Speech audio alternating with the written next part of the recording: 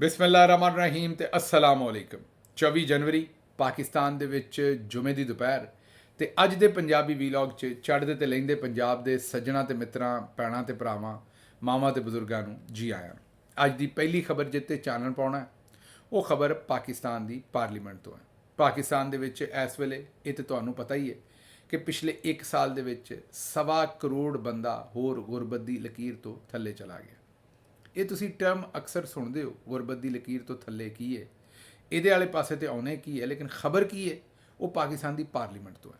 ਖਬਰ ਇਹ ਹੈ ਕਿ ਪਾਕਿਸਤਾਨ ਦੇ ਜਿਹੜੇ ਪਾਰਲੀਮੈਂਟੇਰੀਅਨ ਨੇ ਉਹਨਾਂ ਨੇ ਅਵਾਮੀ ਨੁਮਾਇੰਦਿਆਂ ਨੇ ਆਪਣੀਆਂ ਜਿਹੜੀਆਂ ਤਨਖਾਹਾਂ ਤੇ ਮੁਰਾਦ ਨੇ ਉਹਨਾਂ 'ਚ 200% ਮਜ਼ੀਦ ਇਜ਼ਾਫਾ ਕਰਨ ਦਾ ਫੈਸਲਾ ਕੀਤਾ ਹੈ। ਅਜੇ ਕੱਲ੍ਹ ਹੀ ਅਸੀਂ ਤੁਹਾਡੇ ਸਾਹਮਣੇ ਖਬਰ ਰੱਖੀ ਸੀ ਕਿ FBR ਦੇ ਜਿਹੜੇ ਇਸ ਵੇਲੇ ਅਫਸਰਾਨ ਨੇ ਉਹਨਾਂ ਨੂੰ 6 ਅਰਬ ਰੁਪਈਏ ਦੀਆਂ 1010 ਨਵੀਆਂ ਹੋਂਡਾ ਸਿਟੀ ਗੱਡੀਆਂ ਖਰੀਦ ਕੇ ਦੇਣ ਦਾ ਫੈਸਲਾ ਕੀਤਾ ਹੈ। ਹੁਣ 200% ਜਿਹੜਾ ਉਹ ਮੁਰਾਦ ਤੇ ਤਨਖਾਹਾਂ ਜਿਹੜੀਆਂ ਉਹ ਜਿਹੜੇ ਕੌਮ ਤੁਹਾਡੇ ਅਵਾਮੀ ਨੁਮਾਇੰਦੇ ਨੇ ਉਹਨਾਂ ਦੀਆਂ ਤਨਖਾਹਾਂ ਤੇ ਮੁਰਾਦ 200% ਵਧਣਗੀਆਂ। ਪਹਿਲਾਂ ਹੀ ਉਹਨਾਂ ਦੇ ਉੱਤੇ ਅਰਬਾਂ ਰੁਪਈਆ ਖਰਚ ਹੁੰਦਾ, ਸਾਰਾ ਰਲਾ ਮਿਲਾ ਲਓ ਸਾਰੀਆਂ ਅਸੈਂਬਲੀਆਂ ਵਗੈਰਾ ਨੂੰ ਤੇ ਸਾਰੇ ਇਹਨਾਂ ਦੇ ਖਾਤੇ ਜਿਹੜੇ ਨੇ, ਅਤੇ ਹੁਣ ਉਹਨਾਂ 'ਚ 200% ਹੋਰ ਮਜ਼ੀਦ ਇਜ਼ਾਫਾ ਕੀਤਾ ਜਾ ਰਿਹਾ। ਦੂਜੇ ਪਾਸੇ ਮੈਂ ਹੁਣੇ ਤੁਹਾਨੂੰ ਆਖਿਆ ਵੀ ਗੁਰਬਤ ਦੀ ਲਕੀਰ ਤੋਂ ਕੋਈ 1.25 ਕਰੋੜ 1.5 ਕਰੋੜ ਬੰਦਾ ਹੋਰ ਥੱਲੇ ਚਲਾ ਗਿਆ। ਟੋਟਲ ਨਹੀਂ, ਹੋਰ 1 ਸਾਲ ਦੇ ਵਿੱਚ ਮਜ਼ੀਦ 1.25 ਕਰੋੜ ਬੰਦਾ ਇਹਨਾਂ ਐਡ ਕੀਤਾ ਜਿਹੜਾ ਗੁਰਬਤ ਦੀ ਲਕੀਰ ਤੋਂ ਥੱਲੇ ਗਿਆ। ਇਹ ਹੁਣ ਗੁਰਬਤ ਦੀ ਲਕੀਰ ਹੈ, ਤੁਸੀਂ ਅਕਸਰ ਸੁਣਦੇ ਹੋ, ਇਹਦਾ ਮਤਲਬ ਕੀ ਹੈ? ਇਹਦਾ ਮਤਲਬ ਇਹ ਹੁੰਦਾ ਹੈ ਕਿ ਜਿਹੜੇ ਬੰਦੇ ਕੋਲ ਇੱਕ ਵੇਲੇ ਖਾਣ ਦੀ ਰੋਟੀ ਹੋਵੇ, ਦੂਜੇ ਵੇਲੇ ਦਾ ਪਤਾ ਨਾ ਹੋਵੇ। ਅੱਛਾ, ਇਹ ਵੀ ਅਸੀਂ ਅਕਸਰ ਮੁਹਾਵਰਤਨ ਗੱਲਾਂ ਕਹਿੰਦੇ ਹਾਂ ਤਾਂ ਸਾਨੂੰ ਲੱਗਦਾ ਹੈ ਕਿ ਇਹ ਬਸ ਮੁਹਾਵਰਤਨ ਹੀ। ਮਸਲਨ ਜਿਹੜਾ ਬੰਦਾ ਕੋਈ ਚੰਗੀ ਮਾੜੀ ਤਨਖਾਹ ਉਹਦੀ ਥੋੜ੍ਹੀ ਬਹੁਤ ਚੰਗੀ ਹੈ, ਉਹ ਮਹੀਨੇ ਦੇ ਆਖਰ 'ਤੇ ਉਹਨੂੰ ਤਨਖਾਹ ਲੱਭਦੀ, ਉਹ ਕੁਝ ਕਿਰਾਏ ਦੇ ਵਿੱਚ ਪੈਸੇ ਦਿੰਦਾ ਹੈ, ਕੋਈ ਬਿਜਲੀ ਦੇ ਦਿੰਦਾ ਹੈ, ਕੁਝ ਆਪਣਾ ਰਾਸ਼ਨ ਲਿਆ ਕੇ ਸੁੱਟ ਲੈਂਦਾ ਹੈ, ਅਤੇ ਉਹਦਾ ਬੜਾ ਮੁਸ਼ਕਿਲ ਨਾਲ ਗੁਜ਼ਰ ਬਸਰ ਹੁੰਦਾ ਹੈ।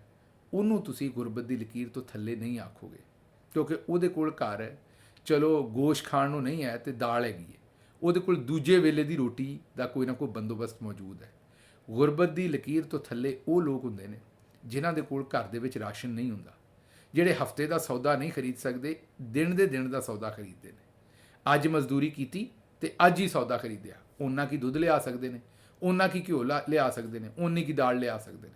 ਜੇ ਇੱਕ ਦਿਨ ਖਾ ਲਈਏ ਅਤੇ ਅਗਲੇ ਦਿਨ ਦਾ ਨਹੀਂ ਪਤਾ ਵੀ ਰੋਟੀ ਕਿੱਥੋਂ ਲੱਭਣੀ ਹੈ। ਇਹ ਨਹੀਂ ਕਿ ਫਰਿੱਜ ਦੇ ਵਿੱਚ ਲੈਫਟ ਓਵਰ ਵੀ ਪਏ ਨੇ ਅਤੇ ਪੈਂਟਰੀ ਵੀ ਭਰੀ ਹੈ ਤਮਾਮ ਜਿਹੜਾ ਤੁਹਾਡੇ ਕੋਲ ਸਮਾਨ ਹੈ, ਜਾਂ ਚਲੋ ਕੋਈ ਮਾੜਾ ਚੰਗਾ ਜੋ ਵੀ ਪਿਆ ਤੁਹਾਡੇ ਕੋਲ ਅਤੇ ਤੁਸੀਂ ਆਖੋ ਜੀ ਅਸੀਂ ਵੀ ਗਰੀਬ ਹੈ। ਇੰਜ ਤੇ ਤੁਸੀਂ ਵੇਖਿਆ ਨਾ ਪਾਕਿਸਤਾਨ 'ਚ ਅਕਸਰ ਜ਼ਕਾਤ ਦੇ ਜਾਂ ਗਰੀਬਾਂ ਵਾਸਤੇ ਕੋਈ ਵੀ ਕੰਮ ਸ਼ੁਰੂ ਕਰੋ ਅਤੇ ਹਰ ਬੰਦਾ ਆਂਦਾ ਜੀ ਮੈਂ ਵੀ ਗਰੀਬ ਹੈ। ਮੈਂ ਨਹੀਂ ਆਂਦਾ ਕਿ ਲੋਕੀ ਗਰੀਬ ਨਹੀਂ ਹੈਗੇ, ਲੇਕਿਨ ਕਈ ਸਾਰੇ ਜਿਹੜੇ ਗਰੀਬ ਨਹੀਂ ਵੀ ਹੁੰਦੇ ਉਹ ਵੀ ਉਹਨਾਂ 'ਚ ਜਾ ਖਲੋਂਦੇ ਨੇ। ਇਹ ਸਾਡਾ ਕੌਮੀ ਵਤੀਰਾ ਹੈ। ਤੁਹਾਨੂੰ ਚੇਤਾ ਹੀ ਹੋਏਗਾ ਕਿ ਆਸਮਾ ਸ਼ਰਾਜ਼ੀ ਸਾਹਿਬਾ ਨੇ ਜਿਹੜਾ ਬੇਵਾ ਨਾਦਾਰ ਲੋਕਾਂ ਵਾਸਤੇ ਸਰਕਾਰੀ ਹੱਜ ਬਣਾਇਆ ਸੀ, ਉਹਦੇ 'ਚ ਉਹਨਾਂ ਜਾ ਕੇ ਹੱਜ ਕਰ ਲਿਆ ਸੀ, ਅਤੇ ਬਾਅਦ ਦੇ ਵਿੱਚ ਉਹ ਆਖਦੇ ਰਹੇ ਕਿ ਨਹੀਂ ਇਹ ਹੱਜ ਜਿਹੜਾ ਹੈ ਇਹ ਮੈਂ ਠੀਕ ਕੀਤਾ ਸੀ, ਮੈਂ ਗਲਤ ਨਹੀਂ ਸੀ ਕੀਤਾ। ਮਤੀਉੱਲਾ ਜਾਨ ਸਾਹਿਬ ਦਾ ਜਿਹੜਾ ਇੰਟਰਵਿਊ ਸੀ ਉਹਦੇ 'ਚ ਪੂਰਾ ਸੀਨਾ ਠੋਕ ਕੇ ਆਖਦੇ ਸਨ ਕਿ ਜਨਾਬ ਇਹ ਹੱਜ ਮੈਂ ਕੋਈ ਗਲਤ ਨਹੀਂ ਕੀਤਾ, ਮੈਂ ਇਹ ਕੰਮ ਜਿਹੜਾ ਬਿਲਕੁਲ ठीक ਕੀਤਾ। ਤੁਹਾਨੂੰ ਯਕੀਨ नहीं ਆਉਂਦਾ तो ਇਹ सुन लो। प्लाट लेना गलत है, बिल्कुल गलत, हज करना जायज है, सरकारी पैसे, आवाम के पैसे, जो सैलाब के मुतासरीन है उनको 1-1 रुपए को तरस रहे हैं, और आप जो है लाखों रुपए का हज करके आ गए इसलिए मुफ्त में ना। मैं बिल्कुल मैं आपको ये बात कह रही हूँ कि आप अपने जाती पैसे क्यों नहीं लगा। ਸੁਣ ਲਿਆ ਜੀ। ਹੁਣ ਇਹ ਜਿਹੜੇ ਸਾਡੇ ਅਵਾਮੀ ਨੁਮਾਇੰਦੇ ਨੇ ਉਹਨਾਂ ਨੇ ਵੀ ਆਖਿਆ ਵੀ ਚਲੋ ਵੇਖੀ ਜਾਏਗਾ ਜੋ ਕੁਝ ਹੋਏਗਾ, ਅਸੀਂ ਇਕੱਲੇ ਨਹੀਂ ਖਰਾਬ, ਇੱਥੇ ਸਾਰੇ ਨੇ ਜਨਾਬ। ਇਹ ਵਾਲਾ ਕੰਮ ਸਾਰਿਆਂ ਨੇ ਸਾਂਭਿਆ ਕਿ ਬਸ ਹਰ ਪਾਸੇ ਇੱਕੋ ਹੀ ਕੰਮ ਹੈ, ਲੁੱਟੋ ਜਿਹੜਾ ਲੁੱਟ ਸਕਦਾ ਹੈ। ਉਹਨਾਂ ਆਖਿਆ ਅਸੀਂ ਵੀ ਆਪਣਾ ਜਿਹੜਾ ਵਿੱਚੋਂ ਬਾਲਟੀ ਭਰੀਏ, ਬਾਲਟੀ ਨਹੀਂ ਚਲੋ ਡਰਮ ਭਰੀਏ ਆਪਣਾ। ਉਹਨਾਂ ਹੁਣ 200% ਜਿਹੜੀ ਆਪਣੀ ਮੁਰਾਦ ਜਿਹੜੀਆਂ ਨੇ ਉਹ ਵਧਾਉਣ ਵਾਸਤੇ ਉਹਨਾਂ ਨੇ ਇਹ ਕੰਮ ਜਿਹੜਾ ਉਹ ਕਰ ਦਿੱਤਾ। ਅੱਛਾ, ਦੂਜੇ ਪਾਸੇ ਲਾਹੌਰ ਦੇ ਵਿੱਚ ਮੋਟਰਸਾਈਕਲ ਚਲਾਉਣ ਵਾਲੇ ਜਿਹੜੇ ਲੋਕ ਨੇ ਸਾਰੇ, ਜਿਹੜਾ ਮੋਟਰਸਾਈਕਲ ਚਲਾਏਗਾ ਉਹਨੇ ਵੀ ਹੁਣ ਹੈਲਮਟ ਪਾਉਣਾ, ਜਿਹੜਾ ਪਿੱਛੇ ਬਵੇਗਾ ਉਹਨੇ ਵੀ ਹੁਣ ਹੈਲਮਟ ਪਾਉਣਾ। ਹੁਣ ਇਹ ਕਾਨੂੰਨ ਬਣਾਉਣ ਵਾਲਿਆਂ ਨੇ ਤੇ ਇਸ ਲਈ ਬਣਾਇਆ ਹੋਣਾ ਹੈ ਕਿ ਕਿਸੇ ਆਪਣੇ ਸੱਜਣ ਨੇ ਹੈਲਮਟ ਮੰਗਵਾਏ ਹੋਣੇ ਨੇ, ਜਾਂ ਹੈਲਮਟ ਬਣਾਉਣ ਦੀ ਫੈਕਟਰੀ ਲਾਈ ਹੋਣੀ, ਉਹਦੀ ਅਗਰਾਈ ਕਰਾਉਣ ਵਾਸਤੇ, ਉਹਦੀ ਵਿਕਰੀ ਕਰਾਉਣ ਵਾਸਤੇ, ਤਾਂ ਕਿ ਉਹਦੀ ਚੀਜ਼ ਵਿਕੇ।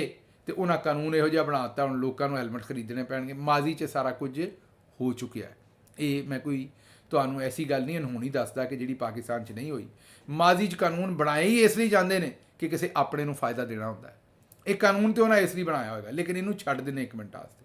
ਤੁਸੀਂ ਆਪਣਾ ਫਾਇਦਾ ਵੇਖਣਾ। ਪਾਕਿਸਤਾਨੀ ਕੌਮ ਮੈਂ ਵਾਹਿਦ ਕੌਮ ਵੇਖੀ ਹੈ ਜਿਨ੍ਹਾਂ ਨੇ ਸੀਟ ਬੈਲਟ ਨਹੀਂ ਲਾਉਣਾ। ਔਰ ਇਸ ਚੀਜ਼ ਨੂੰ ਪਤਾ ਨਹੀਂ ਕਿੱਡਾ ਕੁ ਵੱਡਾ ਫਖਰ ਦਾ ਕੰਮ ਸਮਝਦੇ ਨੇ। ਬਕਾਇਦਾ ਪਾਕਿਸਤਾਨ ਦੇ ਵਿੱਚ ਉਹ ਸੀਟ ਬੈਲਟ, ਤੁਹਾਨੂੰ ਪਤਾ ਅੱਜ ਕੱਲ੍ਹ ਗੱਡੀਆਂ ਦੇ ਵਿੱਚ ਨਾ ਲਾਓ, ਉਹ ਬਕਲ ਜਿਹੜਾ ਫਿੱਟ ਨਾ ਹੋਵੇ ਜਾ ਕੇ, ਤੇ ਉਹ ਗੱਡੀ ਜਿਹੜੀ ਉਹ ਆਵਾਜ਼ ਕੱਢਦੀ ਰਹਿੰਦੀ, ਉਹਦੇ ਵਿੱਚ ਉਹ ਇੱਕ ਬੀਪ ਵੱਜਦੀ ਰਹਿੰਦੀ ਹੈ। ਉਹ ਬੀਪ ਜਿਹੜੀ ਬੜੀ ਅਨੋਇੰਗ ਹੁੰਦੀ ਹੈ ਕੰਨਾਂ ਵਾਸਤੇ, ਉਹਦੇ ਕੋਲ ਜਾਨ ਛੁਡਾਉਣ ਵਾਸਤੇ ਉਹ ਜਿਹੜਾ ਉਹ ਬਕਲ ਉਹਦੇ ਵਿੱਚ ਕਲਿੱਪ ਲਾਉਂਦੇ ਨੇ, ਜਿਹੜਾ ਉਹ ਅਲੱਗਾ ਕਲਿੱਪ ਖਰੀਦਦੇ ਨੇ ਪਾਕਿਸਤਾਨ 'ਚ ਲੋਕੀ। ਮੈਨੂੰ ਪਤਾ ਤੁਹਾਨੂੰ ਯਕੀਨ ਨਹੀਂ ਹੋ ਰਿਹਾ ਹੋਏਗਾ ਸੁਣ ਕੇ, ਲੇਕਿਨ ਤੁਸੀਂ ਵੇਖਿਆ ਹੋਏਗਾ ਕਿਸੇ ਨਾ ਕਿਸੇ ਨੂੰ ਇਹ ਕਰਤੂਤ ਕਰਦੇ ਆ, ਤਾਂ ਉਹ ਬੜਾ ਫਖਰੀਆ ਤਰੀਕੇ ਨਾਲ ਉਹਨੇ ਉਹ ਕਲਿੱਪ ਲਾਇਆ ਹੁੰਦਾ ਹੈ। ਕਲਿੱਪ ਪੱਕਾ ਹੀ ਲਾਇਆ ਹੁੰਦਾ, ਮਤਲਬ ਗੱਡੀ ਦਾ ਸੀਟ ਬੈਲਟ ਪੱਕਾ ਹੀ ਔਨ ਹੈ। ਉਹ ਬਹਿੰਦੇ ਨੇ ਬੜੇ ਮਜ਼ੇ ਨਾਲ, ਬਗੈਰ ਸੀਟ ਬੈਲਟ ਲਾਉਣ ਤੋਂ ਉਹ ਗੱਡੀ ਚਲਾਉਂਦੇ ਨੇ। ਅੱਛਾ, ਹੁਣ ਜ਼ਾਹਿਰ ਹੈ ਇਹਦੇ 'ਚ ਕੋਈ ਨਾ ਕੋਈ ਬਹਾਦਰੀ ਹੋਏਗੀ, ਉਹਨਾਂ ਨੂੰ ਮਹਿਸੂਸ ਹੁੰਦੀ ਹੋਏਗੀ। ਜਦੋਂ ਤੁਹਾਡਾ ਐਕਸੀਡੈਂਟ ਹੁੰਦਾ ਹੈ ਕਿਸੇ ਵੀ ਬੰਦੇ ਦਾ, ਤੇ ਜ਼ਾਹਿਰ ਹੈ ਝਟਕਾ ਵੱਜਦਾ ਹੈ। ਜਦੋਂ ਝਟਕਾ ਵੱਜਦਾ ਹੈ ਤਾਂ ਕਦੀ ਆਪਣੇ ਆਪ ਨੂੰ ਤੁਸੀਂ ਵੇਖੋ, ਜਦੋਂ ਗੱਡੀ 'ਚ ਤੁਸੀਂ ਬੈਠੇ ਹੋ, ਜ਼ਾਹਿਰ ਹੈ ਸਪੀਡ ਉਹਦੀ ਤੇਜ਼ ਹੈ, ਸਟੀਅਰਿੰਗ ਤੁਸੀਂ ਫੜਿਆ, ਝਟਕਾ ਵੱਜਣਾ, ਸਟੀਅਰਿੰਗ ਤੁਹਾਡਾ ਛੁੱਟਣਾ, ਤੇ ਤੁਸੀਂ ਉਹਦੇ ਵਿੱਚ ਇੱਕ ਐਸੀ ਚੀਜ਼ ਹੋ, ਬਾਕੀ ਤੇ ਹਰ ਚੀਜ਼ ਕਿਤੇ ਨਾ ਕਿਤੇ ਵੱਜੀ ਹੈ। ਸਟੀਅਰਿੰਗ ਵੀ ਕਿਸੇ ਕਾਬਲੇ ਨਟ ਦੇ ਨਾਲ ਗੱਡੀ ਦੇ ਵਿੱਚ ਵੱਜਿਆ ਹੋਇਆ, ਸੀਟਾਂ ਵੀ ਉਹਦੇ ਫਰਸ਼ ਦੇ ਵਿੱਚ ਲੱਗੀਆਂ ਨੇ, ਉਹਦੇ ਦਰਵਾਜ਼ੇ ਵੀ ਕਿਸੇ ਨਟਾਂ ਦੇ ਨਾਲ ਲੱਗੇ ਨੇ। ਉਸ ਪੂਰੀ ਗੱਡੀ 'ਚ ਫ੍ਰੀ ਫਾਲ ਦੋ ਹੀ ਸ਼ੈਵਾਂ ਹੋ ਸਕਦੀਆਂ ਨੇ, ਇੱਕ ਤੇ ਕੋਈ ਤੁਸੀਂ ਪੈਪਸੀ, ਕੋਕ ਜਾਂ ਕੋਈ ਹੋਰ ਮਸ਼ਰੂਬ ਜਾਂ ਕੋਈ ਪਾਣੀ ਦੀ ਬੋਤਲ ਜਿਹੜੀ ਕੋਈ ਰੱਖੀ ਹੈ ਉਹ ਹੋਏਗੀ, ਉਹ ਜ਼ਾਹਿਰ ਹੈ ਵੱਜੀ ਨਹੀਂ ਵਿੱਚ, ਤੇ ਜਾਂ ਕੋਈ ਟਿਸ਼ੂ ਪੇਪਰ ਦਾ ਡੱਬਾ ਰੱਖਿਆ ਉਹ, ਜਾਂ ਕੋਈ ਆਪਣੇ ਕੋਲ ਕੱਪੜੇ ਰੱਖੇ ਨੇ ਉਹ ਨੇ, ਤੇ ਜਾਂ ਤੁਸੀਂ ਹੋ। ਉਹ ਜਿਵੇਂ ਫੁੱਟਬਾਲ ਉੱਡਦਾ ਹੈ ਨਾ ਗੱਡੀ 'ਚੋਂ, ਇਵੇਂ ਗੱਡੀ ਦਾ ਭਾਵੇਂ ਛੋਟਾ ਐਕਸੀਡੈਂਟ ਹੋਵੇ, ਲੇਕਿਨ ਉਹ ਕਈ ਵਾਰੀ ਬੰਦੇ ਜਿਹੜੇ ਨੇ ਉਹ ਸ਼ੀਸ਼ਾ ਤੋੜ ਕੇ, ਜਿਵੇਂ ਖਿੜਕੀ ਤੋੜ ਹੁੰਦਾ ਨਾ ਕੰਮ, ਸ਼ੀਸ਼ਾ ਤੋੜ ਕੇ ਗਾਂਹ ਪੈਂਦੇ ਨੇ, ਗਾਂਹ ਬਾਹਰ ਨਿਕਲ ਕੇ ਨਾ ਵੀ ਡਿੱਗਣ, ਤੇ ਕਈ ਵਾਰੀ ਝਟਕਾ ਐਸਾ ਵੱਜਦਾ ਹੈ ਕਿ ਪਿੱਛੋਂ ਆਪਣੀ ਰੀੜ੍ਹ ਦੀ ਹੱਡੀ ਜਿਹੜੀ ਉੱਥੇ ਸੀਟ ਦੇ ਉੱਤੇ ਬੈਠੇ ਤੜਾ ਬਹਿੰਦੇ ਨੇ। ਉਸ ਤੋਂ ਬਾਅਦ ਮਾਜ਼ੂਰ ਤੇ ਸਾਰੀ ਉਮਰੇ ਜਿਹੜਾ ਉਹ ਉੱਠਣ ਬਹਿਣ ਤੋਂ ਵੀ ਤੰਗ। ਲੇਕਿਨ ਸੀਟ ਬੈਲਟ ਨਹੀਂ ਬੰਨਣੀ। ਇਸੇ ਤਰੀਕੇ ਨਾਲ ਜਵਾਨਾਂ ਨੇ ਮੋਟਰਸਾਈਕਲ ਤੇ ਹੈਲਮਟ ਨਹੀਂ ਪਾਉਣਾ। ਇਹਦੇ ਤੇ ਪਤਾ ਨਹੀਂ ਕਿੱਡੀ ਕੁ ਬਹਾਦਰੀ ਜਿਹੜੀ ਹੈ ਉਹ ਸੋਚੀ ਹੈ। ਇਹ ਕੋਈ ਬਹਾਦਰੀ ਵਾਲੇ ਕੰਮ ਨਹੀਂ। ਅਗਰ ਕੋਈ ਬਹਾਦਰੀ ਕਰਨੀ ਹੈ ਤਾਂ ਕੋਈ ਦਰੁਸਤ ਕਰੋ। ਇਹ ਤੇ ਆਪਣੀ ਜਾਨ ਬਚਾਉਣ ਵਾਲੇ ਕੰਮ ਨੇ। ਕੱਪੜੇ ਵੀ ਤਾਂ ਪਾ ਕੇ ਨਿਕਲਦੇ ਜੇ ਨਾ, ਇਹ ਵੀ ਹੈਲਮਟ ਨੂੰ ਵੀ ਕੱਪੜਿਆਂ ਤਰ੍ਹਾਂ ਹੀ ਸਮਝੋ, ਤੇ ਇਹ ਹੈਲਮਟ ਪਾਇਆ ਕਰੋ ਮੇਰੇ ਵੀਰ, ਭਾਵੇਂ ਅੱਗੇ ਬਹਿੰਦੇ ਹੋ ਤੇ ਭਾਵੇਂ ਪਿੱਛੇ ਬਹਿੰਦੇ ਹੋ। ਇਹਦੇ ਨਾਲ ਇਹਨੂੰ ਛੱਡਣਾ ਜਿਹੜਾ ਉਹ ਮੁਨਾਸਬ ਨਹੀਂ ਹੈਗਾ। ਇਹ ਸਿਰਫ ਤੁਹਾਨੂੰ ਅੱਜ ਦੱਸਣਾ ਸੀ ਕਿ ਪੁਲਿਸ ਨੇ ਕਾਨੂੰਨ ਬਣਾਇਆ, ਉਹਨਾਂ ਨੇ ਤਾਂ ਜ਼ਾਹਿਰ ਹੈ ਇਹਦੇ ਪਿੱਛੇ ਬਾਜੀ ਦੀ ਪੁਲਿਸ ਹੈ, ਕੁਝ ਨਾ ਕੁਝ ਕੀਤਾ ਹੋਣਾ। ਚਲੋ ਇਹ ਪੁਲਿਸ ਦੀ ਗੱਲ ਹੋਣ ਡਈ, ਤੇ ਤੁਹਾਨੂੰ ਇੱਕ ਹੋਰ ਵੀ ਕੰਮ ਵਿਖਾ ਦਿੰਦੇ ਹਾਂ ਕਿ ਜੇ ਇਸ ਵੇਲੇ ਪੂਰੀ ਦੁਨੀਆ ਦੇ ਵਿੱਚ ਇਨਵੈਸਟੀਗੇਸ਼ਨ ਦੇ ਨਵੇਂ ਤੋਂ ਨਵੇਂ ਤਰੀਕੇ ਮੌਜੂਦ ਨੇ। ਜ਼ਾਹਿਰ ਹੈ ਤੁਸੀਂ ਲੋਕਾਂ ਦੇ ਜਿਹੜੇ ਤੁਹਾਨੂੰ ਯਾਦ ਹੈ ਜਿਸ ਵੇਲੇ 9 ਮਈ ਦਾ ਇਹਨਾਂ ਸਾਰਾ ਰੌਲਾ ਪਾਇਆ ਸੀ, ਤੇ ਉਸ ਵੇਲੇ ਇਹਨਾਂ ਨੇ ਜੀਓ ਫੈਂਸਿੰਗ ਤੇ ਪਤਾ ਨਹੀਂ ਕੀ ਕੁਝ ਤੁਹਾਨੂੰ ਸੁਣਾਇਆ ਸੀ। ਉਹ ਸਾਰੇ ਕੰਮ ਹੋਣ ਦੇ ਬਾਵਜੂਦ ਇਹ ਮੈਂ ਤੁਹਾਨੂੰ ਪੂਰਾ ਨਹੀਂ ਵਿਖਾ ਸਕਦਾ ਵੀਡੀਓ, ਕਿਉਂਕਿ YouTube ਅਲਾਉ ਨਹੀਂ ਕਰਦੀ। ਇੱਕ ਛੋਟਾ ਜਿਹਾ 3 ਤੋਂ 4 ਸੈਕਿੰਡ ਦਾ ਸਿਰਫ ਕਲਿੱਪ ਤੁਹਾਡੇ ਸਾਹਮਣੇ ਰੱਖਦੇ ਹਾਂ।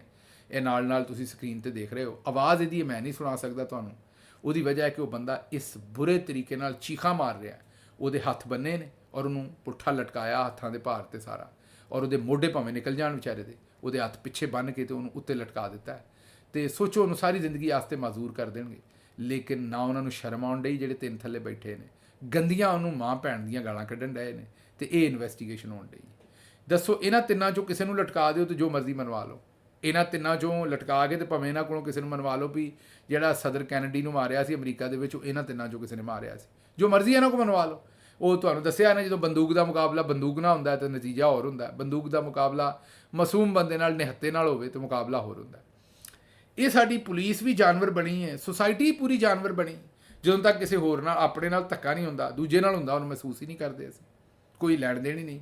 ਇਹ ਵੀ ਹੁਣ ਕਿਸੇ ਮਾਂ ਦਾ ਪੁੱਤਰ ਹੈ। ਹੁਣ ਕਈ ਤੁਹਾਡੇ 'ਚੋਂ ਆਖਣਗੇ ਕਿ ਜੀ ਇਹ ਕ੍ਰਿਮੀਨਲ ਹੈ ਹੀ ਇਹੋ ਜਿਹੇ ਨੇ, ਇਹਨਾਂ ਦੇ ਨਾਲ ਇਹ ਕਰਨਾ ਚਾਹੀਦਾ। ਇਹ ਉਹ ਸੋਚ ਹੈ, ਇਹ ਤੁਹਾਡੀ ਸਾਡੀ ਉਹ ਸੋਚ ਹੈ ਜਿਹੜੀ ਇਸ ਜਹਾਲਤ ਨੂੰ, ਜਿਹੜੀ ਇਸ ਜ਼ੁਲਮ ਨੂੰ ਔਰ ਇਸ ਫਸਤਾਈਅਤ ਨੂੰ ਜਨਮ ਦਿੰਦੀ। ਜਦੋਂ ਤੁਸੀਂ ਕਿਸੇ ਦੇ ਬਾਰੇ ਇਹ ਸੋਚ ਰੱਖੋਗੇ ਤੇ ਇੱਕ ਦਿਨ ਤੁਹਾਡੇ ਨਾਲ ਵੀ ਇਹੀ ਕੰਮ ਹੋਏਗਾ। ਜੇ ਤੁਸੀਂ ਕਿਸੇ ਕੰਮ 'ਚ ਫੜੇ ਜਾਓਗੇ, ਤੁਹਾਡੇ ਤੇ ਭਾਵੇਂ ਝੂਠਾ ਇਲਜ਼ਾਮ ਲੱਗਾ ਹੋਵੇ, ਉਸੇ ਪੁਲਿਸ ਨੇ ਕਹਿਣਾ ਹੈ ਕਿ ਗਿੱਲ ਸਾਹਿਬ ਤੁਹਾਨੂੰ ਨਹੀਂ ਪਤਾ, ਇਹ ਜਿਹੜੇ ਮੁਲਜ਼ਮ ਨੇ ਨਾ, ਇਹ ਜਿਹੜੇ ਮੁਜਰਮ ਨੇ ਜਾਂ ਮੁਲਜ਼ਮ ਨੇ, ਇਹ ਇੰਝ ਹੀ ਪਖੰਡ ਕਰਦੇ ਨੇ, ਮਾਸੂਮ ਕੋਈ ਨਹੀਂ, ਬਸ ਕਹਿਣ ਡਿਆ, ਇੰਝ ਤੁਹਾਨੂੰ ਵੀ ਲਟਕਾ ਦੇਣਗੇ। ਤੇ ਇਹ ਜਿਹੜਾ ਵਤੀਰਾ ਪੁਲਿਸ ਦਾ, ਇਹਦੇ 'ਤੇ ਕੁਝ ਸੋਚਣਾ ਚਾਹੀਦਾ। ਪਰ ਅਗਲੀ ਖਬਰ ਤੁਹਾਡੇ ਸਾਹਮਣੇ ਜਿਹੜੀ ਰੱਖਦੇ ਹਾਂ, ਉਹ ਖਵਾਤੀਨ ਤੇ ਜ਼ੁਲਮ। ਸੀਨੀਅਰ ਅਫਗਾਨ ਤਾਲਿਬਾਨ ਜਿਹੜੇ ਨੇ ਰਹਿਨੁਮਾ ਦੀ ਗ੍ਰਿਫਤਾਰੀ ਦਾ ਮੁਤਾਲਬਾ ਕੀਤਾ ਗਿਆ ਬੈਨ ਅਲ-ਅਕਵਾਮੀ ਫੌਜਦਾਰੀ ਅਦਾਲਤ ਦੇ ਵਿੱਚ। ਕ੍ਰਿਮੀਨਲ ਕੋਰਟ ਜਿਹੜੀ ਹੈ ICC, ਉਹਦੇ ਚੀਫ ਪ੍ਰੋਸੀਕਿਊਟਰ ਕਰੀਮ ਖਾਨ ਨੇ ਜੁਮੇਰਾਤ ਨੂੰ ਅਫਗਾਨਿਸਤਾਨ ਦੇ ਵਿੱਚ ਜਿਹੜਾ ਖਵਾਤੀਨ ਤੇ ਜ਼ੁਲਮੋ ਸਿਤਮ ਹੋ ਰਿਹਾ, ਉਹਦੇ ਵਿੱਚ ਜਿਹੜੇ ਸੀਨੀਅਰ ਤਾਲਿਬਾਨ ਰਹਿਨੁਮਾ ਨੇ ਉਹਨਾਂ ਦੀ ਖਿਲਾਫ ਵਰਜ਼ੀ ਵਾਸਤੇ ਵਾਰੰਟ ਤਲਬ ਕਰਨ ਵਾਸਤੇ ਉੱਥੇ ਉਹਨਾਂ ਨੇ ਦਰਖਾਸਤ ਦੇ ਦਿੱਤੀ। ਇਹ ਵੀ ਇੱਕ ਰੌਲਾ ਉੱਥੇ ਚੱਲਣ ਡਿਆ। ਤਾਲਿਬਾਨ ਨੇ ਗਾਲਬਨ 6ਵੀਂ ਜਮਾਤ ਤੋਂ ਅੱਗੇ ਖਵਾਤੀਨ ਦੀ ਤਾਲੀਮ ਜਿਹੜੀ ਉਹਨੂੰ ਬੰਦ ਕੀਤਾ ਹੈ। ਇਹ ਕੋਈ ਚੰਗਾ ਕੰਮ ਤਾਂ ਨਹੀਂ ਹੈ ਵੈਸੇ। ਖਵਾਤੀਨ ਹੋਣ ਜਾਂ ਬੱਚੇ ਹੋਣ ਜਾਂ ਬੱਚੀਆਂ ਹੋਣ, ਤਾਲੀਮ ਉਹਨਾਂ ਦਾ ਬੁਨਿਆਦੀ ਹੱਕ ਹੈ, ਉਹਨਾਂ ਨੂੰ ਲੱਭਣਾ ਚਾਹੀਦਾ। ਲੇਕਿਨ ਇਹ ਵੀ ਹੁਣ ਇਸ ਵੇਲੇ ਕੰਮ ਜਿਹੜਾ ਉਹ ਚੱਲ ਰਿਹਾ। ਅੱਛਾ ਜੀ, ਅਗਲੀ ਖਬਰ ਜਿਹੜੀ ਹੈ ਉਹ ਸਰਲ ਅਲਮੀਡਾ ਸਾਹਿਬ ਨੇ ਇੱਕ ਟਵੀਟ ਕੀਤਾ, ਬੜਾ ਭਰਵਾਂ ਟਵੀਟ ਹੈ ਮੈਂ ਤਾਂ ਕਹਾਂਗਾ। ਉਹਨਾਂ ਕਿਹਾ ਇਮਰਾਨ ਖਾਨ ਜੇਲ੍ਹ ਦੇ ਵਿੱਚ ਬਹਿ ਕੇ ਇੰਜ ਗੱਲ ਕਰਦਾ ਹੈ ਜਿਵੇਂ ਜਨਰਲ ਆਸਿਮ ਮੁਨੀਰ ਜਿਹੜਾ ਉਹ ਜੇਲ੍ਹ 'ਚ ਹੈ ਅਤੇ ਚਾਬੀਆਂ ਇਮਰਾਨ ਖਾਨ ਦੇ ਕੋਲ ਨੇ। ਉਹਨਾਂ ਕਿਹਾ ਕਿ ਜੇਲ੍ਹ ਦੇ ਵਿੱਚ ਤਾਂ ਇਮਰਾਨ ਖਾਨ ਹੈ, ਲਿੱਸੀ ਗੱਲ ਤੇ ਇਮਰਾਨ ਖਾਨ ਨੂੰ ਕਰਨੀ ਚਾਹੀਦੀ ਹੈ, ਪਾਕਿਸਤਾਨ ਦੇ ਹਿਸਾਬ ਕਿਤਾਬ ਨਾਲ ਡੀਲ ਤੇ ਇਮਰਾਨ ਖਾਨ ਨੂੰ ਮੰਗਣੀ ਚਾਹੀਦੀ ਹੈ। ਲੇਕਿਨ ਇਮਰਾਨ ਖਾਨ ਡੀਲ ਨਹੀਂ ਮੰਗ ਰਿਹਾ, ਬਲਕਿ ਐਡੀ ਉਹ ਤਗੜੀ ਗੱਲ ਕਰਦਾ ਕਿ ਲੱਗਦਾ ਇੰਜ ਹੈ ਵੀ ਚਾਬੀਆਂ ਉਹਦੇ ਕੋਲ ਨੇ ਤੇ ਅਸਲ 'ਚ ਜਨਰਲ ਆਸਿਮ ਮੁਨੀਰ ਜਿਹੜਾ ਉਹ ਜੇਲ੍ਹ 'ਚ ਨੇ। ਤੇ ਉਹਨਾਂ ਆਖਿਆ ਵੈਸੇ ਬੁਰੀ ਸਟ੍ਰੈਟਜੀ ਹੈ ਨਹੀਂ, ਇਹ ਤਾਂ ਸਾਰੀ ਦੁਨੀਆ ਨੂੰ ਪਤਾ ਵੀ ਬੁਰੀ ਸਟ੍ਰੈਟਜੀ ਨਹੀਂ। ਜਦੋਂ ਜੋ ਕੁਝ ਹੋਣਾ ਹੈ ਉਹ ਤਾਂ ਹੋਣਾ। ਇਮਰਾਨ ਖਾਨ ਕਮ ਅਜ਼ ਕਮ ਉਹਦਾ ਮੁਕਾਬਲਾ ਇਸ ਵੇਲੇ ਖੂਬ ਕਰ ਰਹੇ ਨੇ। ਅੱਛਾ ਜੀ, ਮੁਲਕ ਦੇ ਵਿੱਚ ਜਿਹੜਾ ਸਾਡਾ ਮੁਲਕ ਹੈ, ਇਹਦੀ ਜਿਹੜੀ ਐਕਸਪੋਰਟ ਹੈ ਉਹਦੀ 60% ਐਕਸਪੋਰਟ ਜਿਹੜੀ ਉਹ ਟੈਕਸਟਾਈਲ ਤੋਂ ਆਉਂਦੀ ਹੈ। ਫੈਸਲਾਬਾਦ ਮੇਰਾ ਸ਼ਹਿਰ ਹੈ, ਉੱਥੇ ਪੂਰੀ ਦੀ ਪੂਰੀ ਟੈਕਸਟਾਈਲ ਦੀ ਇੰਡਸਟਰੀ ਹੈ, ਇਸ ਲਈ ਮੈਂ ਸਾਰੇ ਮਾਮਲੇ ਨੂੰ ਜਾਣਨਾ ਹੈ। ਅਤੇ ਟੈਕਸਟਾਈਲ ਜਿਹੜਾ ਉਹਦੇ ਵਿੱਚ ਪਾਵਰ ਲੂਮਸ ਵੀ ਨੇ, ਹੋਰ ਵੀ ਬੜਾ ਕੁਝ ਹੈ। 60% ਸਾਡੀ ਐਕਸਪੋਰਟ ਦਾ ਜਿਹੜਾ ਪੈਸਾ ਹੈ ਉਹ ਅਸੀਂ ਟੈਕਸਟਾਈਲ ਤੋਂ ਕਮਾਉਂਦੇ ਹਾਂ। ਅਤੇ ਇਸ ਵੇਲੇ 500 ਤੇ ਕੋਈ 70 ਦੇ ਕਰੀਬ 568 ਟੈਕਸਟਾਈਲ ਮਿੱਲਾਂ ਨੇ। ਉਹਨਾਂ ਦੇ ਵਿੱਚੋਂ 187 ਟੈਕਸਟਾਈਲ ਮਿੱਲਾਂ ਬੰਦ ਹੋ ਗਈਆਂ ਨੇ। ਮਤਲਬ ਕੋਈ 35% ਟੈਕਸਟਾਈਲ ਮਿੱਲਾਂ ਜਿਹੜੀਆਂ ਨੇ ਉਹ ਬੰਦ ਹੋ ਗਈਆਂ। ਸਭ ਤੋਂ ਜ਼ਿਆਦਾ ਟੈਕਸਟਾਈਲ ਮਿੱਲਾਂ ਜਿਹੜੀਆਂ 147 ਦੇ ਕਰੀਬ ਨੇ ਉਹ ਪੰਜਾਬ 'ਚ ਬੰਦ ਹੋਈਆਂ ਨੇ। ਠੀਕ ਹੈ ਜੀ, ਇਹ ਹੁਣ ਤੁਸੀਂ ਆਪ ਹਿਸਾਬ ਲਾ ਲਓ ਕਿ ਇਹਦੇ ਵਿੱਚ ਮਹਿੰਗੀ ਬਿਜਲੀ ਵੀ ਵਜ੍ਹਾ ਹੈ, ਇਹਦੇ 'ਤੇ ਜੋ ਹਕੂਮਤ ਦੀਆਂ ਮੌਜੂਦਾ ਪਾਲਿਸੀਜ਼ ਨੇ ਉਹ ਵੀ ਵਜ੍ਹਾ ਹੈ। ਅਤੇ ਇਹ ਜ਼ਾਹਿਰ ਹੈ ਇਹਦੇ ਵਿੱਚ ਹੋਰ ਵੀ ਸੂਬਿਆਂ 'ਚ ਮਿੱਲਾਂ ਬੰਦ ਹੋਈਆਂ ਨੇ। ਬਲੋਚਿਸਤਾਨ 'ਚ 54 ਮਿੱਲਾਂ ਬੰਦ ਹੋਈਆਂ ਨੇ। ਖੈਬਰ ਪਖਤੂਨਖਵਾ ਦੇ ਬਲੋਚਿਸਤਾਨ ਅਤੇ ਸਿੰਧ ਦੋਵਾਂ 'ਚ ਮਿਲਾ ਕੇ 54 ਨੇ। ਖੈਬਰ ਪਖਤੂਨਖਵਾ 'ਚ 6 ਬੰਦ ਹੋਈਆਂ ਨੇ ਅਤੇ 147 ਮਿੱਲਾਂ ਜਿਹੜੀਆਂ ਨੇ ਉਹ ਪੰਜਾਬ 'ਚ ਬੰਦ ਹੋਈਆਂ ਨੇ। ਹੁਣ ਇੱਕ ਪਾਸੇ ਤੇ ਆਉਂਦੇ ਨੇ ਕਿ ਅਸੀਂ ਕਾਰੋਬਾਰ ਵਧਾਉਣਾ ਹੈ, ਅਤੇ ਦੂਸਰੇ ਪਾਸੇ ਤੁਸੀਂ ਇਹ ਸੋਚ ਲਓ ਕਿ ਇਹਨਾਂ ਨੇ ਜਿਹੜਾ ਕੋਈ ਸੈਕਟਰ ਮਾੜਾ ਚੰਗਾ ਚੱਲਦਾ ਹੈ ਉਹਦੀ ਵੀ ਤਬਾਹੀ ਕੱਢੀ। ਅਗਲੀ ਖਬਰ ਤੁਹਾਡੇ ਸਾਹਮਣੇ ਪੰਜਾਬ ਤੋਂ ਰੱਖਦੇ, ਮਾਂ ਦਾ ਸੂਬਾ ਹੈ। ਉੱਥੇ ਹੁਣ ਇਹਨਾਂ ਨੇ 20,000 ਉਸਤਾਦ ਨਵੇਂ ਭਰਤੀ ਕਰਨੇ ਨੇ। ਹੁਣੇ ਹੀ ਮਾਂ ਜੀ ਨੇ ਕਿਹਾ ਸੀ ਕਿ ਮੈਂ ਅਲਕਾਦਰ ਯੂਨੀਵਰਸਿਟੀ ਵੀ ਮੇਰੇ ਕੋਲ ਆ ਗਈ ਹੈ ਅਤੇ ਹੁਣ ਉਹਨੂੰ ਵੀ ਮੈਂ ਹੀ ਚਲਾਉਣਾ ਹੈ। ਅੱਗੇ ਅਸੀਂ ਤੁਹਾਨੂੰ ਦੱਸਿਆ ਸੀ ਕਿ ਜਿਹੜੇ ਸਰਕਾਰੀ ਸਕੂਲ ਸਨ ਉਹ ਚੱਲ ਨਹੀਂ ਸੀ ਰਹੇ ਅਤੇ ਉਹ ਵੀ ਪ੍ਰਾਈਵੇਟਾਈਜ਼ ਕਰ ਦਿੱਤੇ ਨੇ। ਹੁਣ ਪਤਾ ਲੱਗਾ ਕਿ ਕੋਈ 20 ਕਿ 40,000 ਨਵੇਂ ਉਸਤਾਦ ਰੱਖਣੇ ਨੇ। 20,000 ਉਹ ਜਿਹੜੇ 20,000 ਉਸਤਾਦ ਰੱਖਣੇ ਨੇ ਨਵੇਂ, ਉਹਨਾਂ ਨੂੰ 40,000 ਰੁਪਈਆ ਮਹਾਨਾ ਉਹਨਾਂ ਨੂੰ ਤਨਖਾਹ ਦੇਣੀ। ਨਾ ਉਹਨਾਂ ਦਾ ਕੋਈ ਕੰਟਰੈਕਟ ਹੋਣਾ, ਉਹ 4-4 ਮਹੀਨੇ ਲਈ ਰੱਖਣੇ ਨੇ। ਨਾ ਉਹਨਾਂ ਦਾ ਕੋਈ ਮੈਡੀਕਲ, ਨਾ ਤਨਖਾਹ, ਨਾ ਪੈਨਸ਼ਨ, ਨਾ ਲੌਂਗ ਟਰਮ ਕੋਈ ਕਰੀਅਰ। 4-4 ਮਹੀਨੇ ਵਾਸਤੇ ਉਹਨਾਂ ਦੀਆਂ ਜਿਹੜੀਆਂ ਨੌਕਰੀਆਂ ਨੇ। ਹੁਣ ਉਸ ਤੋਂ ਸੋਚੋ ਵੀ ਉੱਥੋਂ ਕਿਹੋ ਜਿਹੇ ਫਿਰ ਟੀਚਰ ਲੱਭਣਗੇ। 4 ਮਹੀਨੇ ਵਾਸਤੇ ਜਿਹੜਾ ਬੰਦਾ ਜਿਹਨੂੰ ਇਹ ਭਰਤੀ ਕਰਾਉਣਗੇ ਫਿਰ ਸਿਫਾਰਸ਼ੀ ਹੋਣਗੇ, ਨਾ ਪੜ੍ਹਾਉਣਗੇ, ਨਾ ਲੈਣ, ਨਾ ਕੋਈ ਦੇਣ, ਫਿਰ ਕੰਮ ਇੰਝ ਹੀ ਚੱਲੇਗਾ। ਅਤੇ ਖੈਰ ਬਾਜੀ ਨੂੰ ਵੀ ਐਡਾ ਕੋਈ ਪੜ੍ਹਨ ਛੱਡਣ ਦੇ ਨਾਲ ਮੇਰਾ ਖਿਆਲ ਕੋਈ ਲੈਣ ਦੇਣ ਤਾਂ ਹੈ ਨਹੀਂ। ਬਾਜੀ ਦੀ ਵੀ ਸੋਚ ਇਹੀ ਹੈ ਵੀ ਚਲੋ ਜਿਹੋ ਜਿਹਾ ਵੀ ਕੰਮ ਹੈ, ਕੰਮ ਚੱਲੇ ਮੇਰਾ। ਅਗਰ ਕੰਮ ਚੱਲ ਰਿਹਾ ਤਾਂ ਬਾਕੀ ਸਭ ਕੁਝ ਠੀਕ ਹੈ। ਅੱਛਾ ਜੀ, ਅੱਗੋਂ ਸ਼ਹਿਬਾਜ਼ ਸ਼ਰੀਫ ਸਾਹਿਬ ਨੇ ਕਿਹਾ ਵੀ ਅਗਰ ਮੈਂ ਅੱਲਾ ਦੇ ਕੋਲ ਗਿਆ ਜਿਸ ਵੇਲੇ ਵੀ, ਜਦੋਂ ਮੈਂ ਅੱਲਾ ਦੀ ਅਦਾਲਤ 'ਚ ਪੇਸ਼ ਹੋਵਾਂਗਾ, ਮਤਲਬ ਕਿ ਵਫਾਤ ਤੋਂ ਬਾਅਦ ਦੀ ਗੱਲ ਕਰਦੇ ਨੇ, ਜ਼ਿੰਦਗੀ 'ਚ ਤਾਂ ਨਹੀਂ ਮੇਰਾ ਖਿਆਲ ਪੇਸ਼ ਹੋਣ ਲੱਗੇ ਅੱਲਾ ਦੀ ਅਦਾਲਤ 'ਚ। ਅੱਲਾ ਇਹਨਾਂ ਨੂੰ ਜ਼ਿੰਦਗੀ ਦੇਵੇ। ਬਹਰਹਾਲ ਕਹਿੰਦੇ ਨੇ ਵੀ ਜਦੋਂ ਮੈਂ ਅੱਲਾ ਦੀ ਅਦਾਲਤ 'ਚ ਪੇਸ਼ ਹੋਇਆ ਔਰ ਮੇਰੇ ਕੋਲੋਂ ਅਗਰ ਅੱਲਾ ਨੇ ਪੁੱਛਿਆ ਕਿ ਤੂੰ ਕੀ ਕੀਤਾ ਬੰਦਿਆ ਆਪਣੀ ਜ਼ਿੰਦਗੀ 'ਚ, ਅਤੇ ਮੈਂ ਦੱਸਾਂਗਾ ਜੀ ਮੈਂ ਦਾਨਿਸ਼ ਸਕੂਲ ਬਣਾਇਆ। ਅੱਛਾ, ਦਾਨਿਸ਼ ਸਕੂਲ ਤੁਸੀਂ ਚਾਚੇ ਦੀ ਪੈਸਿਆਂ ਨਾਲ ਬਣਾਇਆ ਜਿਹੜਾ ਜਨਾਬ ਦਾ ਕਾਰਨਾਮਾ ਹੈ। ਮਤਲਬ ਉਹ ਦਾਨਿਸ਼ ਸਕੂਲ ਤੇ ਸਰਕਾਰੀ ਪੈਸੇ ਨਾਲ ਤੁਸੀਂ ਹੁਕਮ ਸਾਦਰ ਕੀਤਾ ਅਤੇ ਉਹ ਬਣ ਗਿਆ। ਉਹਦੇ 'ਚ ਮੈਨੂੰ ਦੱਸੋ ਵੀ ਤੁਹਾਡਾ ਕੀ ਕਾਰਨਾਮਾ ਹੈ। ਚਲੋ ਬਹਰਹਾਲ ਇਹ ਵੀ ਮੰਨ ਲੈਂਦੇ, ਲੇਕਿਨ ਕੀ ਨਾਲ ਉਹ ਜਿਹੜੀ ਆਪਣਾ ਮਾਡਲ ਟਾਊਨ 'ਚ ਹਮਲਾ ਔਰਤਾਂ ਦੇ ਮੂੰਹਾਂ ਦੇ ਵਿੱਚ ਗੋਲੀਆਂ ਮਾਰੀਆਂ ਸੀ, ਜੇ ਉਹ ਅੱਲਾ ਮੀਆਂ ਨੇ ਨਹੀਂ ਪੁੱਛਣਾ ਜਾਂ ਤੁਹਾਨੂੰ ਲੱਗਦਾ ਵੀ ਉਹਦਾ ਉੱਥੇ ਹਿਸਾਬ ਕਿਤਾਬ ਕਿਤੇ ਨਹੀਂ ਲਿਖਿਆ ਹੋਣਾ। ਇਹ ਦੁਨੀਆ 'ਚ ਤਾਂ ਤੁਸੀਂ 2 ਨੰਬਰੀਆਂ ਕਰਦੇ ਹੋ, ਰਿਕਾਰਡ ਸਾੜ ਲੈਂਦੇ ਹੋ। ਅੱਲਾ ਮੀਆਂ ਨੇ ਪੱਕੇ ਬੰਦੋਬਸਤ ਕੀਤੇ ਨੇ। ਇਹ ਜਿਹੜਾ ਪੰਜਾਬ 'ਚ ਤੇ ਜਿਹੜੀ ਤੁਸੀਂ 2 ਨੰਬਰੀ ਕੀਤੀ ਉਸ ਤੋਂ ਬਾਅਦ ਤੁਸੀਂ ਉਹਦਾ ਰਿਕਾਰਡ ਹੀ ਸਾੜ ਦਿੰਦੇ ਹੋ। ਲੇਕਿਨ ਅੱਲਾ ਦੀ ਜ਼ਾਤ ਨੇ ਪੂਰੇ ਬੰਦੋਬਸਤ ਕੀਤੇ ਨੇ। ਤੁਸੀਂ ਜਿੱਥੇ ਵੀ ਜਾਓਗੇ ਉਹ ਤੁਹਾਡੇ ਰਿਕਾਰਡ ਸਾਰੇ ਤੁਹਾਡੇ ਸਾਹਮਣੇ ਰੱਖੇ ਜਾਣਗੇ ਔਰ ਉਹਦੇ ਵਿੱਚੋਂ ਕੋਈ ਸ਼ੈ ਤੁਸੀਂ ਜਿਹੜੀ ਹੈ ਉਹ ਸਾੜ ਨਹੀਂ ਸਕੋਗੇ। ਅੱਛਾ ਜੀ, ਅਗਲੀ ਖਬਰ ਜਿਹੜੀ ਤੁਹਾਡੇ ਸਾਹਮਣੇ ਰੱਖਣੀ, ਉਹ ਸਦਰ ਟਰੰਪ ਨੇ ਸਾਊਦੀ ਅਰਬ ਨੂੰ ਡੰਡਾ ਚੁੱਕ ਲਿਆ ਉਹਨਾਂ ਦੇ ਖਿਲਾਫ। ਉਹਨਾਂ ਆਖਿਆ ਜੀ ਇੱਕ ਤਾਂ ਤੇਲ ਦੀ ਕੀਮਤ ਘੱਟ ਕਰੋ ਔਰ ਦੂਜਾ ਸਾਡੇ ਮੁਲਕ ਦੇ ਵਿੱਚ $1 ਟ੍ਰਿਲੀਅਨ ਦੀ ਇਨਵੈਸਟਮੈਂਟ ਕਰੋ। ਸਿੱਧੀ ਇਹਨੂੰ ਧਮਕੀ ਸਮਝ ਲਓ, ਹੁਕਮ ਸਮਝ ਲਓ। ਇਹ ਸਿੱਧਾ ਉਹਨਾਂ ਸਾਊਦੀ ਅਰਬ ਨੂੰ ਦਿੱਤਾ। ਜਿਹੜੇ ਸੱਜਣ ਸਾਨੂੰ ਇੱਥੇ ਦੱਸਦੇ ਫਿਰਦੇ ਸਨ ਵੀ ਸਾਡੀ ਗੱਲ ਹੋ ਗਈ ਅਮਰੀਕਾ ਨਾਲ ਔਰ ਹੋਈ ਵੀ ਸਾਊਦੀ ਅਰਬ ਦੇ ਥਰੂ ਹੈ, ਚਲੋ ਉਹਨਾਂ ਦਾ ਵੀ ਝਾਕਾ ਉਤਰ ਗਿਆ ਹੋਏਗਾ, ਕਿਉਂਕਿ ਸਦਰ ਟਰੰਪ ਨੇ ਜਿਹੜੀ ਗੱਲ ਹੁਣ ਕਰ ਚੜੀ ਹੈ ਉਸ ਤੋਂ ਬਾਅਦ ਮੇਰਾ ਖਿਆਲ ਹੈ ਕੋਈ ਗੱਲ ਰਹਿ ਨਹੀਂ ਗਈ। ਇਹ ਤੁਹਾਨੂੰ ਯਕੀਨ ਨਹੀਂ ਆਉਂਦਾ ਤੇ ਇਹ ਸੁਣ ਲਓ ਸਦਰ ਟਰੰਪ ਕੀ ਆਖਣ ਡਿਆ। And it's also reported today in the papers that Saudi Arabia will be investing at least $600 billion in America, but I'll be asking the Crown Prince, who's a fantastic guy, to round it out to around $1 trillion. I think they'll do that because we've been very good to them. And I'm also going to ask Saudi Arabia and OPEC to bring down the cost of oil. You got to bring it down, which frankly, I'm surprised they didn't do before the election. That didn't show a lot of love by them not doing it. I was a little surprised by that. If the price came down, the Russia-Ukraine war would end immediately. Right now, the price is high enough that that war will continue. You got to bring down the oil price. You got to end that war. They should have done it long ago. They're very responsible, actually, to a certain extent, for what's taking place. Millions of lives are being lost. ਸੁਣ ਲਿਆ ਜੀ, ਇਹਦੇ 'ਚ ਕੋਈ ਹੁਣ ਪਰਦੇ ਵਾਲੀ ਗੱਲ ਰਹਿ ਨਹੀਂ ਗਈ। ਉਹਨਾਂ ਆਖਿਆ ਵੀ ਜਿਹੜੇ ਯੂਕਰੇਨ 'ਚ ਬੜੇ ਸਾਰੇ ਬੰਦੇ ਮਰੇ ਨੇ ਉਹਦੇ ਜ਼ਿੰਮੇਦਾਰ ਵੀ ਸਾਊਦੀ ਅਰਬ ਹੈ। ਅਗਰ ਤੇਲ ਦੀ ਕੀਮਤ ਘਟਾਈ ਹੁੰਦੀ ਤੇ ਅੱਜ ਉਹ ਜੰਗ ਬੰਦ ਹੋ ਜਾਂਦੀ। ਤੇ ਨਾਲ ਉਹਨਾਂ ਨੇ ਆਖਿਆ ਤੇਲ ਦੀ ਕੀਮਤ ਵੀ ਫੌਰੀ ਘਟਾਓ ਤੇ ਸਾਡੇ ਮੁਲਕ 'ਚ 600 ਅਰਬ ਡਾਲਰ ਨਹੀਂ ਬਲਕਿ 1 ਟ੍ਰਿਲੀਅਨ ਦੀ ਜਿਹੜੀ ਹੈ ਉਹ ਇਨਵੈਸਟਮੈਂਟ ਕਰੋ। ਚਲੋ ਜਿਹਨੂੰ ਕੋਈ ਥੋੜ੍ਹਾ ਬਹੁਤ ਕੋਈ ਝਾਕਾ ਸੀ ਉਹਦਾ ਲੱਥ ਗਿਆ ਹੋਏਗਾ। ਤੇ ਚੌਧਰੀ ਸਾਹਿਬ ਦੀ ਜਿਹੜੀ ਉੱਥੇ ਮੋਹਸਨ ਨਕਵੀ ਸਾਹਿਬ ਬੇਇੱਜ਼ਤੀ ਕਰਵਾ ਰਹੇ ਨੇ ਰੋਜ਼, ਉਹ ਵੀ ਜਾਰੀ ਹੈ। ਇੱਕ ਤੋਂ ਬਾਅਦ ਦੂਸਰਾ ਕਾਂਗਰਸਮੈਨ ਜਿਹੜਾ ਉਹ ਫਰੀ ਇਮਰਾਨ ਖਾਨ ਦੇ ਟਵੀਟ ਕਰ ਰਿਹਾ, ਉਹ ਵੀ ਕੰਮ ਜਾਰੀ ਹੈ। ਤੇ ਇਨਸ਼ਾਅੱਲਾ ਜੋ ਵੀ ਅਪਡੇਟ ਹੋਈ ਉਹ ਤੁਹਾਡੇ ਸਾਹਮਣੇ ਰੱਖਾਂਗੇ। ਮੈਨੂੰ ਇੱਥੋਂ ਦਿਓ ਇਜਾਜ਼ਤ ਤੇ ਰੱਬ ਰੱਖ।